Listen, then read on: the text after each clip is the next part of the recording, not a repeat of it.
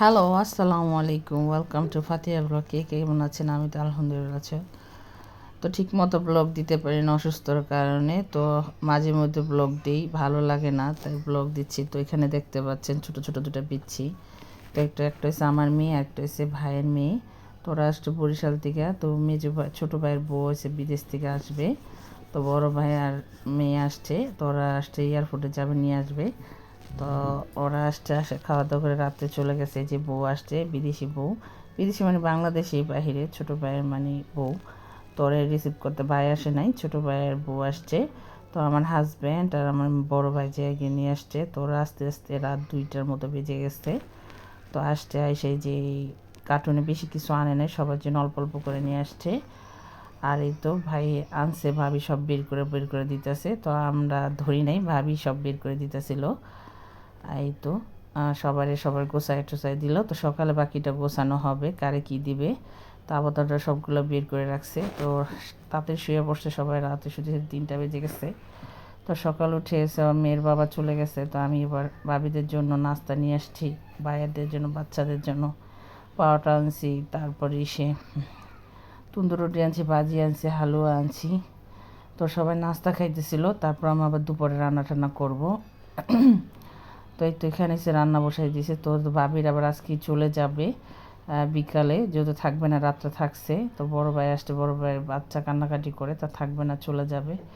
তো আজকে এসে বুয়া আমার সব কিছু রেডি করে দিয়ে গেছে। তো গরুর মাংস ধুয়ে কাইটা রেডি করে দিয়েছে, জাফর জয়শ্রী, জিরা বাটা, কাঁচামরিচ, ধনিয়া পাতা, মূলা শাক, ধনিয়া পাতা, কাঁচামরিচ সব কিছু রেডি করে দিয়েছে। তো আমি সে দাঁড়ায় দাঁড়ায় রান্না করব।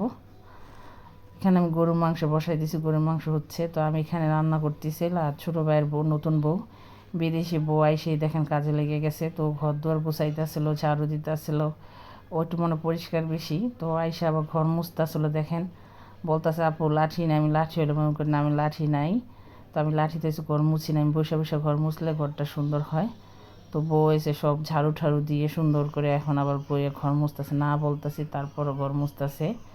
বলতেছে, না আপনি অসুস্থ মানুষ, আমি করে দিই। আমি বললাম, না বউ এসে ঘর মুছবে, সমস্যা নাই।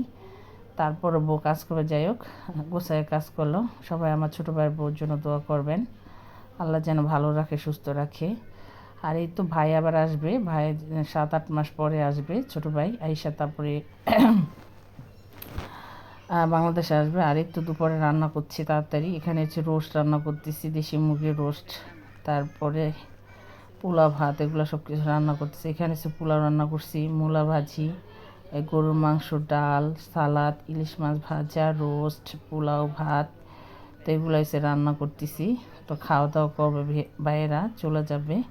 তো হঠাৎ করে আল্লাহর মেহমান খালাও চলে আসছে। তো খালাও আমাদের সাথে খাওয়া দাওয়া করছে, খাওয়া দাওয়া করলো। তারপরে আবার বলতেছে, আমি আমি আমার ভাত আছে, কি দেখাবো। তো খালার 2টা ডিম দিয়ে দিলাম, খালা চলে গেল। সব হচ্ছে আল্লাহর ইচ্ছা, তার রিজিকে ছিল তাই খাইছে। তো আসতে ভালোই লাগছে। আর এই তো আমার ভাইয়েরা কি কি দিল, ভাই 2 ভাই কি দিছে, কারণ 3 ভাই বাইরে থাকে, 2 ভাই আমাকে দিছে। তো আপনাদের মাঝে একটু শেয়ার করি। এই তো এখানে আছে মনে ডাব সাবান, তারপর এটা হচ্ছে মাথার মলম, এটা একটা লোশন, এটাও ডাব সাবান, এখানে 2টা লোশন, তারপর এটা একটা মাথার মলম। তারপর এখানে আছে চকলেট, গুঁড়া চকলেট, বড় চকলেট, বাদাম। আর আমার মেয়েকে দিছে ঘড়ি। এই তো মাশাল্লাহ যা দিছে আলহামদুলিল্লাহ, তাতে খুশি।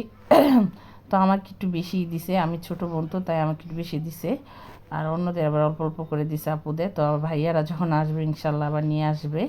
তো এবার কমই দিছে, আবার যখন আসবে ইনশাল্লাহ নিয়ে আসবে। তো সবাই আমার ভাইদের জন্য দোয়া করবেন, যে যেখানে আছেন ভালো থাকবেন।